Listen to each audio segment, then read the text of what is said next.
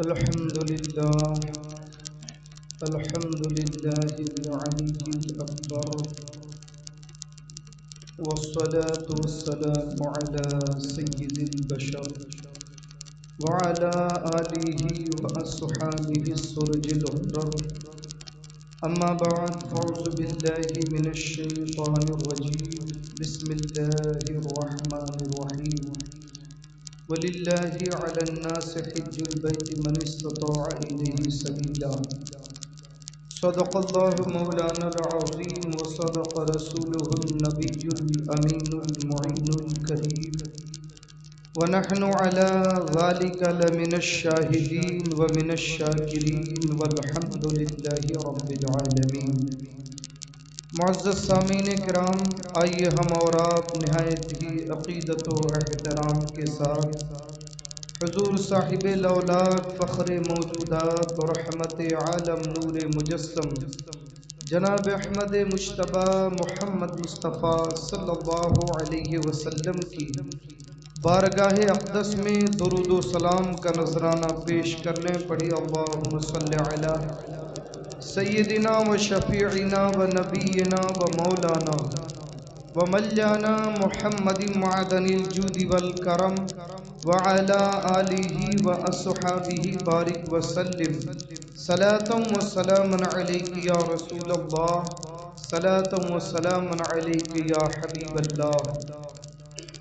معزز سامعین کرام، حج کے مہینے شروع ہو چکے ہیں اور آپ اپنے ارد گرد کے ماحول کا جائزہ لیں گے تو آپ کو معلوم ہوگا کہ بہت سارے آپ کے احباب اور ملک کے مختلف گوشوں سے مسلمان حج بیت اللہ کے لیے روانہ ہو رہے ہیں. حج بیت اللہ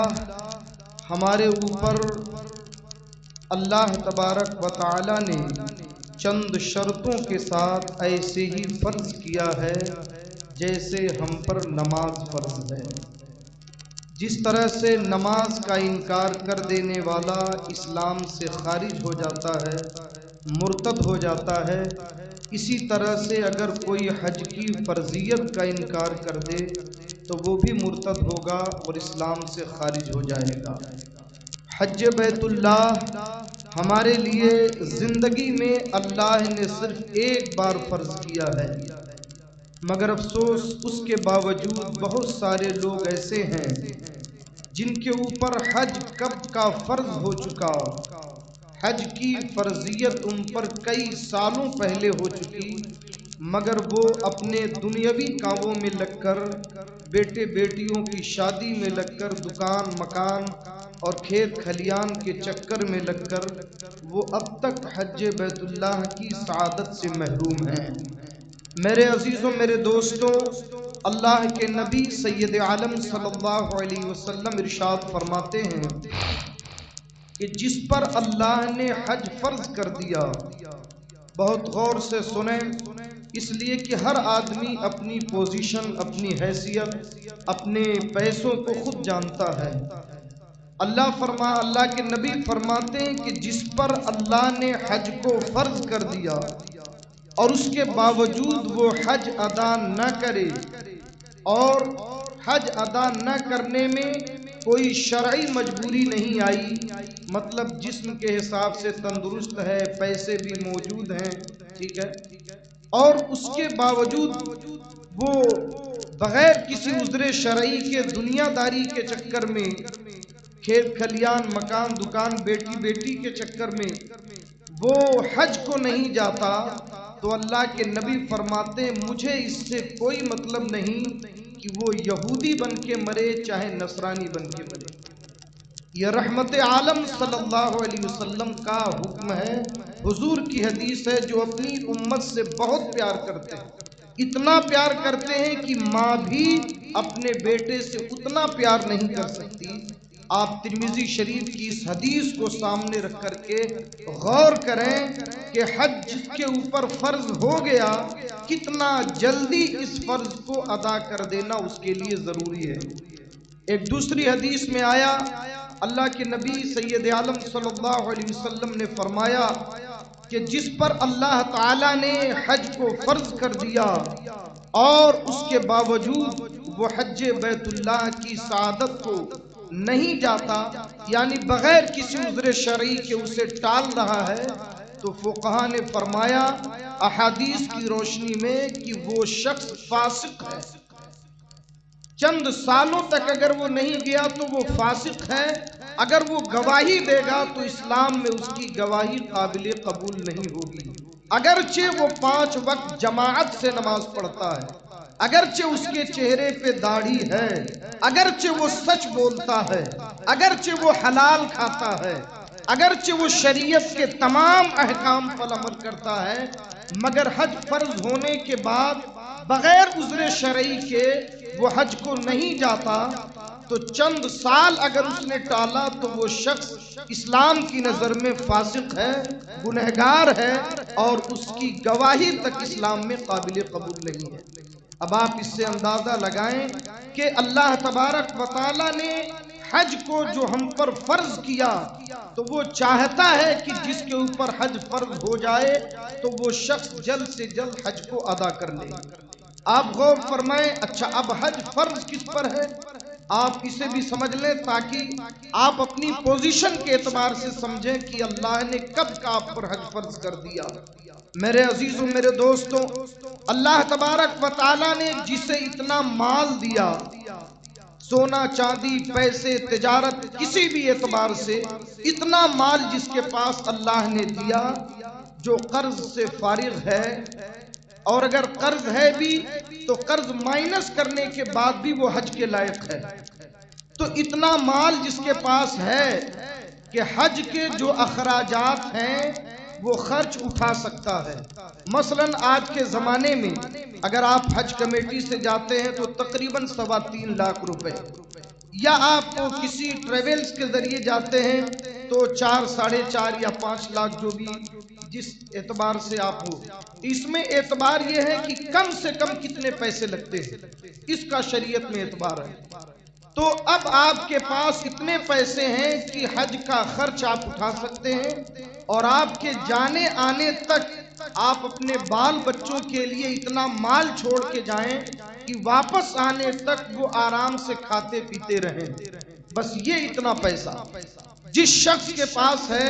میں سمجھتا ہوں کہ اگر حج کمیٹی کا آپ حساب کریں تو 3.25 لاکھ روپے ادھر کے بنتے ہیں، اور گھر والوں کے لیے 40 دن میں زیادہ سے زیادہ 1 لاکھ روپے، چلیے 2 لاکھ روپے مان لیں، اگر 5 لاکھ روپے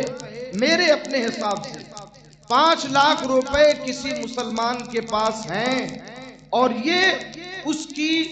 حاجت اصلیہ سے فارغ ہے، یعنی مکان سے، اس کی دکان سے، اس کے ضروری جو پہننے کے کپڑے ہیں اور گھر میں استعمال کے سامان ہیں، ان چیزوں سے فارغ، حاجت اصلیہ کھانا پینا استعمال کا سامان، اس سے فارغ اگر 5 لاکھ روپے ہیں، ایسے شخص کے اوپر حج فرض ہے، تو آپ ذرا اندازہ لگائیے کہ ہم میں سے کتنے لوگ ہیں جن پر اللہ نے حج فرض کیا، خود آپ اندازہ لگا لیں۔ مگر ہوتا یہ ہے کہ عام طور پر ہمارے ذہن میں ایک بات یہ چلتی ہے کہ بھائی ہم کچھ اور دنیا کما لیں، کچھ اور پراپرٹی بنا لیں، بیٹے بیٹیوں کی شادی کر لیں، اور بیٹے بیٹیوں کی شادی سے فارغ ہوتے ہیں تو کہیں پوتا تیار ہو گیا شادی کے لائق، تو پوتی تیار ہو گئی تو نواسی تیار ہو گئی۔ تو یہ سب ہمارے ہاں ایک مزاج بنا ہے کہ ساری چیزوں سے جب فارغ ہو جائیں، بلکہ دوسرے لفظوں میں یوں کہیے جب حج کے لائق نہ رہ جائیں تب ہم حج کرنے کے لیے جاتے ہیں۔ میں نے حج کے اعمال کو جو پڑھا اور سمجھا تو میں سمجھتا ہوں کہ حج کرنے میں دانتوں سے بھی پسینہ آ جائے گا۔ اگر حج کے اعمال آداب اور شرائط کے ساتھ آپ ادا کریں تو خدا کی قسم کہہ رہا ہوں اچھے اچھے لوگوں کی پوزیشن، جو بڑے جوان بنتے ہیں، وہ بھی وہاں حج کے اعمال ادا کرتے وقت احساس کریں گے کہ اس میں کتنی محنت اور طاقت کی ضرورت ہے۔ آپ ذرا سوچئے 50 سال کے بعد، 60 سال کے بعد کیا واقعی ہمارے بدن میں اتنی طاقت رہ جاتی ہے؟ حج کرنے کا مطلب یہ ہے کہ حج کے تمام ارکان ادا کیے جائیں، واجبات ادا کیے جائیں، وہاں کے سنن پہ عمل کیا جائے، وہاں کے آداب پہ عمل کیا جائے، تب جا کر کے تو آپ کا حج حج ہے، ورنہ یوں ہی گئے اور چلے آئے تو حج کا کیا مطلب ہوا؟ میرے عزیزوں، میرے دوستوں، اور سب سے زیادہ بوڑھے لوگ یہ انڈیا، پاکستان اور بنگلہ دیش کے ہوتے ہیں، ورنہ دنیا کے دوسری کنٹریز کے جو لوگ ہوتے ہیں ان کا عالم یہ ہے کہ وہ پہلے حج کرنا چاہتے ہیں، بلکہ بعض تو ایسے ممالک ہیں کہ شادی سے پہلے وہ حج کرتے ہیں، اس کے بعد وہ شادی کرتے ہیں۔ آپ ذرا اندازہ لگائیں۔ بہرحال یہ تو ہم نہیں کہہ سکتے کہ آپ شادی سے پہلے کرو یا کس عمر میں کرو، مگر شرعی مسئلہ یہ ہے کہ حج کے لیے آپ جائیں تو ایسا شخص ہو کہ بدن میں اتنی طاقت بھی ہو، اتنا بوڑھا نہ ہو گیا ہو کہ حج کر نہ سکے۔ ایسے بوڑھے کے اوپر تو اللہ تعالیٰ نے حج کو ساقط کر دیا۔ اپاہج ہو، پیر کٹا ہوا ہو، اندھا ہو، ایسے لوگوں پہ اللہ نے جبر نہیں کیا، ان کے اوپر یہ حکم اللہ نے نہیں ڈالا، کیونکہ اللہ فرماتا ہے لا یکلف اللہ نفسا الا وسعها، اللہ کسی بندے کو اس کی طاقت سے زیادہ حکم نہیں دیتا۔ اب کوئی کسی کی آنکھیں نہیں ہیں، کسی کے پیر نہیں ہیں، کوئی اپاہج ہے، کوئی اتنا بیمار ہے کہ چل نہیں سکتا، اتنا بوڑھا ہو گیا کہ حج کے ارکان ادا نہیں کر سکتا، تو ایسے لوگوں پر اللہ نے حج فرض نہیں کیا، اگرچہ وہ لکھ پتی، کروڑ پتی، ارب پتی ہو جائیں، اور یہ بھی ان پر فرض نہیں کیا کہ اپنے بدلے کسی اور کو بھیجیں۔ ہاں ایک بات ہے کہ جب وہ تندرست تھا تب اس کے پاس مال تھا، اور وہ اتنا مال تھا کہ حج اس پر فرض ہوا، مگر ٹالتا رہا، بعد میں اپاہج ہو گیا، بعد میں ایسا بیمار پڑا کہ حج نہیں کر سکتا۔ تو جو حج پہلے فرض ہو چکا ہے وہ اب بھی باقی ہے، اب خود نہیں کر سکتا مجبوری کی وجہ سے، تو کسی کو بھیج کے حج بدل کرائے۔ بات سمجھ میں آئی؟ تو یہ حج کا جو مسئلہ ہے وہ بڑا اہم ہے۔ آپ اندازہ لگائیں، اعلیٰ حضرت رضی اللہ تعالیٰ عنہ سے ایک شخص نے سوال کیا کہ حضور میرے پاس اتنے پیسے موجود ہیں کہ میں حج کر سکتا ہوں، اس سال میں حج کو جا سکتا ہوں، اتنے پیسے میرے پاس ہیں، مگر میری بچی بھی شادی کے لائق ہو گئی ہے۔ آپ سوال کی نزاکت کو سمجھیے، لڑکے کی بات نہیں، لڑکی کی شادی۔ انہوں نے کہا کہ میری لڑکی بھی شادی کے لائق ہو گئی ہے، اب میرے سامنے دو مسئلے ہیں، اگر میں حج پہ جاتا ہوں تو یہ پیسے حج میں خرچ ہو جائیں گے، اور لڑکی کی شادی میں نہیں کر سکتا اس سال، پھر مجھے کچھ انتظار کرنا پڑے گا، تیاری کرنی پڑے گی، اور اگر میں لڑکی کی شادی کر دیتا ہوں تو اتنے پیسے نکل جائیں گے کہ حج کے لیے پیسے نہیں رہ پائیں گے، تو مجھے کیا کرنا چاہیے؟ اعلیٰ حضرت رضی اللہ تعالیٰ عنہ بڑے فقیہ النفس، دور رس اور متبحر عالم کا نام ہے، جن کی کتابوں پر آج عالم اسلام ان کی کتابیں پڑھ کے فتویٰ دیتا۔ تو اعلیٰ حضرت رضی اللہ تعالیٰ عنہ فرماتے ہیں کہ آپ حج کو چلے جائیں، آپ حج کی فرضیت ادا کر لیں، انشاءاللہ حج کی برکت سے اللہ شادی بھی کرا دے گا۔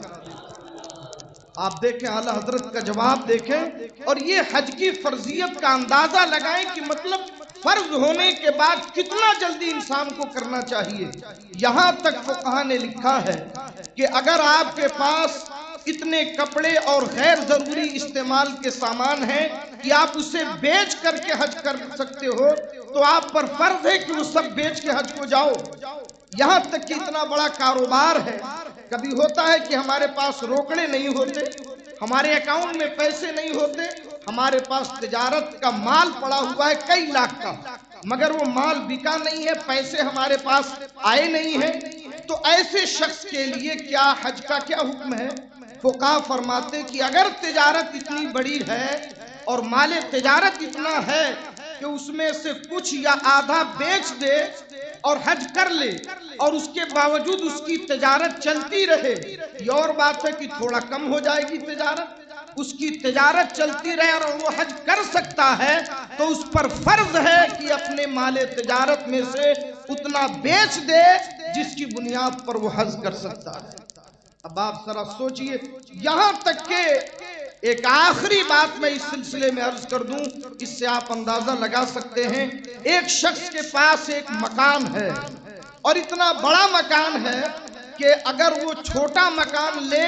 تب بھی وہ اپنے بال بچوں کے ساتھ رہ سکتا ہے. بھئی 3-4 کمروں کا مکان ہے اور بچے اتنے ہیں، بیوی بچوں کے ساتھ وہ 2 کمروں کے مکان میں بھی رہ سکتا ہے. تو اب اس کے اوپر فرض تو نہیں ہے کہ بڑا مکان بیچ کر کے چھوٹا مکان خریدے، مگر فقہاء نے لکھا ہے افضل یہی ہے کہ وہ بڑا مکان بیچ دے اور چھوٹے مکان میں رہے، باقی پیسوں سے جا کے حج کر لے. اب اس کے بعد میں آپ کو اور کیا بتاؤں میرے عزیزوں میرے دوستوں، مجھے صرف یہ بتانا ہے کہ اللہ تبارک و تعالیٰ نے ہمارے اوپر زندگی میں صرف ایک مرتبہ حج فرض کیا ہے. ہماری زندگی صبح سے شام تک تجارت میں، کاروبار میں، ملازمت میں، نوکری میں لگی رہتی ہے. ہم پیسے کمانے میں لگے رہتے ہیں، اولاد کے لیے بنانا چاہتے ہیں اور بناتے بھی ہیں اور بنانا بھی چاہیے. اگرچہ وہ اولادیں ہماری نالائق بن جاتی ہیں مگر پھر بھی ہم چاہتے ہیں ان کو کتنا بنا دیں. میرے عزیزوں میرے دوستوں، یہ تو اولادوں کی بات ہے. تمہیں کیا ملے گا اگر وہ اولادیں تمہاری نالائق ہو گئیں؟ تو وہ مال جو تم انہیں دو گے وہ بھی تو وہ غلط چیزوں میں لٹا دیں گے. میں تو ایک جملہ جانتا ہوں، ایک بات جانتا ہوں، اور اس چیز کو میں اکثر بیان بھی کرتا ہوں کہ آپ اپنی فکر کرو اور جتنی اللہ نے اولاد کی تعلیم و تربیت کی ذمہ داری آپ پر رکھی ہے اس چیز کو آپ پورا کرو. ساتھ پشت بنانے کی کوشش مت کرو. اپنی فکر کرو. اگر آپ کی اولاد واقعی لائق ہوگی تو اللہ اسے دنیا میں محتاج نہیں رکھے گا، اور اگر اولاد نالائق ہو گئی تو نالائق اولاد کو راجہ بنا کے جانے سے کیا فائدہ؟ وہ ساری دولت تمہاری ناجائز کاموں میں لٹا دے گی. اس لیے میرے عزیزوں میرے دوستوں، جن لوگوں پر اپنی پوزیشن کا آپ حساب لگا لیں، جن لوگوں پر اللہ نے حج فرض کر دیا ہے، اس فرضیت کو جلد سے جلد وہ ادا کریں. اتنا بڑا ثواب اللہ تبارک و تعالیٰ نے حج کے معاملے میں رکھا ہے کہ آپ اس کا اندازہ بھی نہیں لگا سکتے. اللہ کے نبی سید عالم صلی اللہ علیہ وسلم فرماتے ہیں کہ جس نے حج کیا اور حج کے ارکان کو ادا کیا اور اس کے اندر کوئی فسق و فجور نہیں کیا، گناہ کے کام نہیں کیے، فحش کام نہیں کیے، تو اللہ کے نبی فرماتے ہیں کہ وہ شخص ایسا ہو گیا جیسے کہ آج ہی اپنی ماں کے پیٹ سے اس نے جنم لیا، یعنی گناہوں سے بالکل پاک ہو گیا. اللہ کے نبی فرماتے تمام گناہوں سے وہ پاک ہو جاتا ہے سوائے حقوق العباد کے. تو یہ اللہ تبارک و تعالیٰ نے شان رکھی ہے ایک حاجی کی، اور فرمایا اللہ کے نبی نے کہ ایک حاجی اپنے خاندان کے 400 لوگوں کی شفاعت کرے گا. ایک حاجی اپنے خاندان کے 400 لوگوں کی شفاعت کرے گا.